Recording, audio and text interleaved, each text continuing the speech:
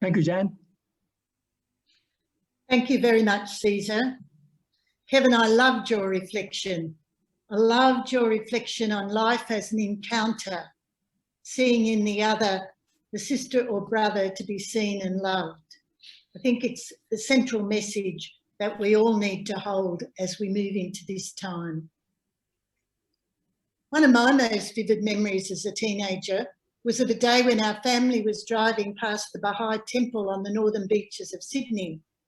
Dad stopped the car, and at a time when even visiting other Christian churches was frowned upon, he gave us an amazing tour of this place. Inside, around the walls, there were symbols of the major world religions. Dad explained that the Baha'i teaches that the temple's a space for all religions, and that the 9 doors opening onto the grounds signified the unity of all. It was a lesson I've never forgotten about my father and about the Baha'i, a lesson for all of us that Kevin's really shared with us as we reflect on the message of Fratelli Tutti, and especially the chapter I've been asked to reflect on, which is chapter 8.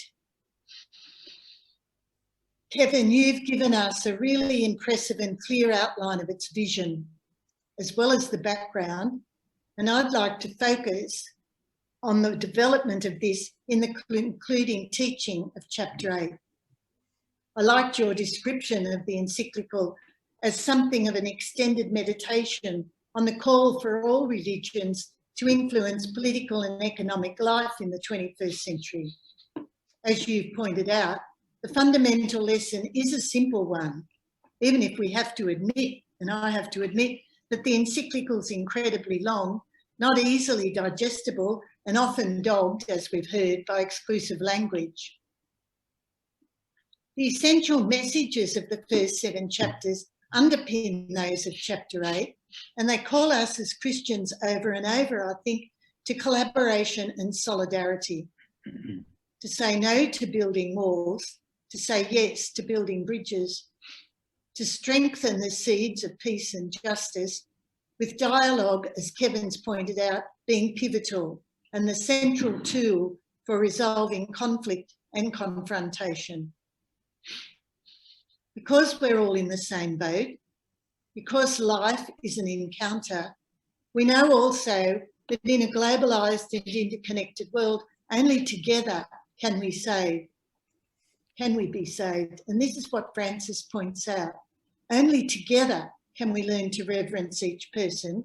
Only together can we come to respect the difference of each and utilise these differences to strengthen collaboration, not confrontation.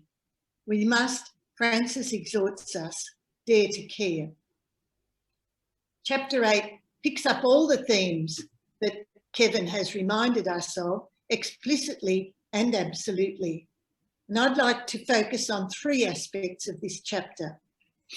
First of all, as people of faith, in all our diverse religions, we do hold common fundamental values, and we're called by these, beyond the material, to what's at the heart of our beliefs, to what is transcendent. Secondly, we're summoned unambiguously by our religions as sisters and brothers in faith to build solidarity and community among us. And thirdly, Francis reminds us, we're impelled by these very religious beliefs and values to witness and build together justice, peace, and authentic community in our world. It's our religions that Francis insists in this chapter that impel us to move beyond the private sphere to public involvement. We can't remain on the sidelines in the building of a better world, but we're driven by our religious beliefs to speak together and work together for a better world, not in a party political or ideological way, Francis says, but all the same, and this is one of my favourite emphases in the encyclical, engaging politically to strengthen dialogue, cooperative sharing, solidarity and action. And as Francis points out, and his close collaboration with the Sheikh in 2019 demonstrates, this dialogue is central to collaboration, and underpins all our efforts to nurture the seeds of peace and justice. And so this chapter reminds us, I think, that it's not because, that it is because of and not in spite of our religious traditions that we're called to join in dialogue, to share our values and establish the bonds spoken of over and over in the encyclical. Emphasising this, and it's one of his favourite themes we know, Francis describes dialogue as the way we come to recognise and reverence our common values, to learn and appreciate and respect our differences, and to build friendship and action. It's out of this dialogue, he believes, that we will build bridges, strengthen the culture of encounter, establish the seeds of peace, and promote the common good across all of society. These convictions underpin Francis' concerns about religious prejudice and hostility. His underscoring of the fact that violence doesn't have any basis in our fundamental religious convictions, but only in their distortion, in the erroneous interpretations of religious texts. Hence, we can understand his deep apprehension about religious extremism and aggression. And it's here we see Francis' most ardent entreaty, his yearning for an enhanced consciousness of our common identity and for a greater appreciation of the solemn and universal duty to solidarity and action. It's this we know and we hold that's at the core of the gospel message, and Kevin has emphasised the basis of that for us. It's at the heart of all that's taught across all the major religions. But as Francis points out, it's also at the heart of some of our greatest challenges today. The messages and implications of Fratelli Tutti reflect, I think, the central message of Francis' whole pontificate. And as so many scholars have pointed out, it's the natural companion to Laudato Si, expressing in concrete terms his deep yearning for collaboration, not confrontation, in our care of earth and of each other. For me, I think, and I think Francis intends this, Fratelli Tutti does raise specific questions for us as church right across the world, but also specifically for us in Australia. And as I've reflected on these in the past few weeks, the Pope's words are both challenging and inescapable if we really take them to heart. They relate to solidarity, religious, economic and social, and the inclusion that Francis insists must be at the heart of our lives in all those areas. As I've looked at the Australian Church in the past few weeks, I've actually wondered about the real impact of this encyclical on our church here, in our diocese, parishes, our Catholic organisations, our media. How have our bishops and priests responded to this call of Pope Francis in their homilies, in their public statements, in their advocacy and action? And how have we as church witnessed explicitly to solidarity and collaboration, particularly with our Muslim brothers and sisters? One example stands out for me. 2 days after the New Zealand Royal Commission into the Christchurch massacres, Australia launched an inquiry itself into extremism, specifically right-wing extremism. But a late intervention by the Home Affairs Minister shifted its emphasis, and it ended up focusing specifically on Islamic extremism. So we moved from viewing Muslims as victims to seeing them first of all as suspects. And I've been asking myself in these weeks, what did I or what did we do to express solidarity with the Islamic community at this moment? And how did we as church express and witness to our solidarity and support? It's a question, as we know, Patrick McInerney points out over and over, demanding much more public witness from us as a Christian community.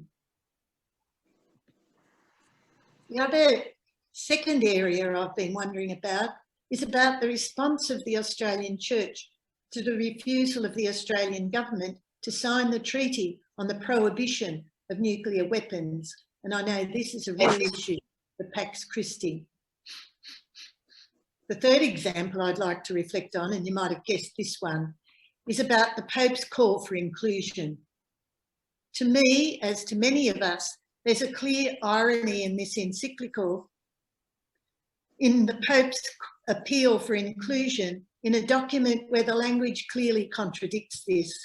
The sexist title of the encyclical, the constant references to man and mankind, and even the references to God as Father and the use of fraternity concern me as a woman.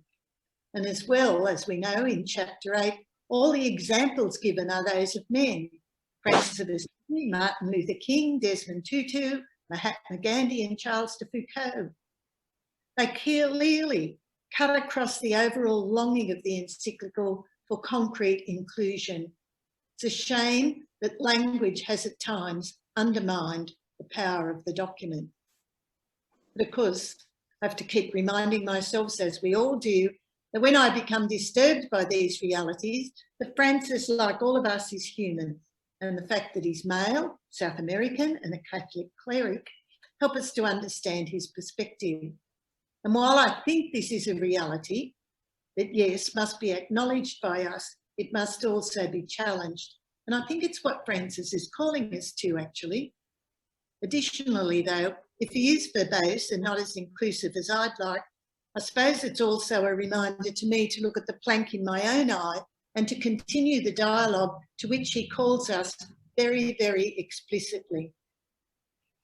Nevertheless, this incongruity aside, I think this Pope's been amazing in his witness to the gospel, and that's been clearly articulated by Kevin. Thank you very much. I've loved this Pope's commitment to earth, to those who are poor, to those who have been marginalised in our world, and to those who are victims of violence. And all of those claim attention in this encyclical. I think I can claim to be one of his sincere devotees. In his humanity, his acknowledgement of his own limitations, he's been courageous, I think, and a voice and a witness for this time.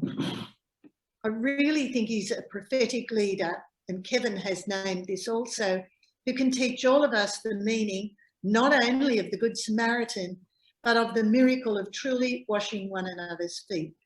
And so I'd like to finish with his very real appeal and yearning in his prayer at the conclusion of this encyclical. May our hearts be open to all peoples and nations of the earth. May we recognise the goodness and beauty sown in each of us, and thus forge bonds of unity, common projects and shared dreams. Amen. Thank you, Jan.